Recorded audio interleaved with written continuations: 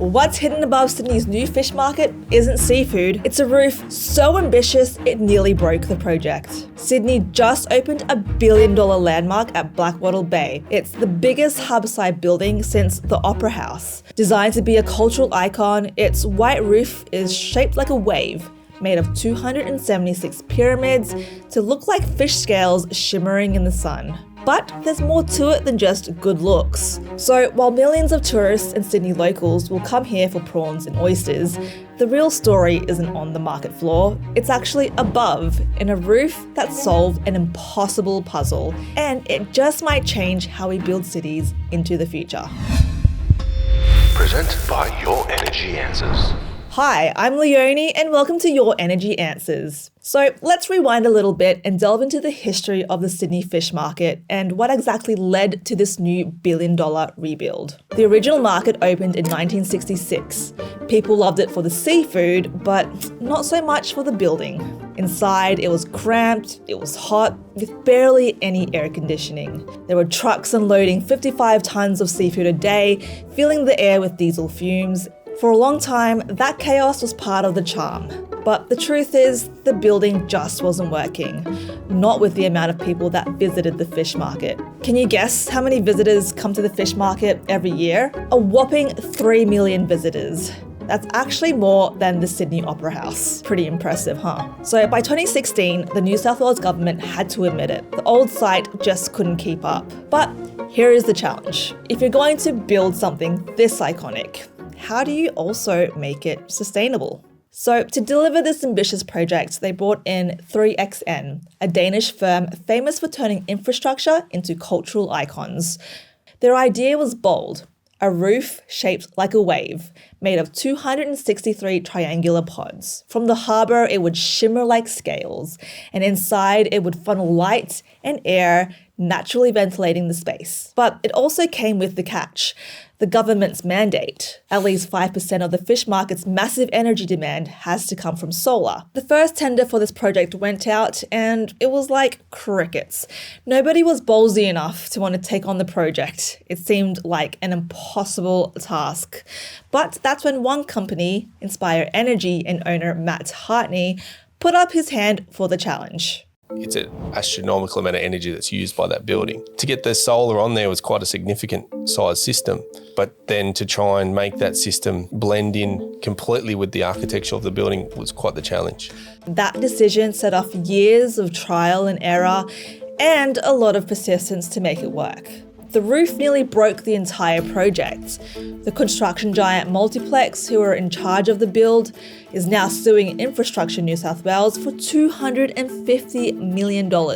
But the biggest blow was the collapse of Charvain Facades, the subcontractor that was tasked with building the roof itself. So when Charvain fell, subcontractors up and down the chain took $1 million hits. On site, installation slowed to less than a panel a day. This project wasn't just an architectural puzzle, it also became a financial trench warfare. And in the middle of it all, Inspire Energy still had to solve the impossible solar challenge. The first challenge was the colour. The architects wanted the solar panels to blend in with the white roof. So Inspire Energy spent a year testing mock-ups under different lights and angles. Originally, we were going to try and make them all white, but to get the amount of efficiency we needed, we couldn't get enough panels on the roof in the white colour. So it was a bit of a compromise back and forth. So we ended up going with a slightly darker grey. The next step after a colour was chosen was to take it to a manufacturer in Germany. And if there's a country that's known for its manufacturing excellence and precision, it's Germany, of course. So what could go wrong, right? Well, it seems like a lot went wrong. Creased samples, uneven colours, and worst of all, no IEC certification.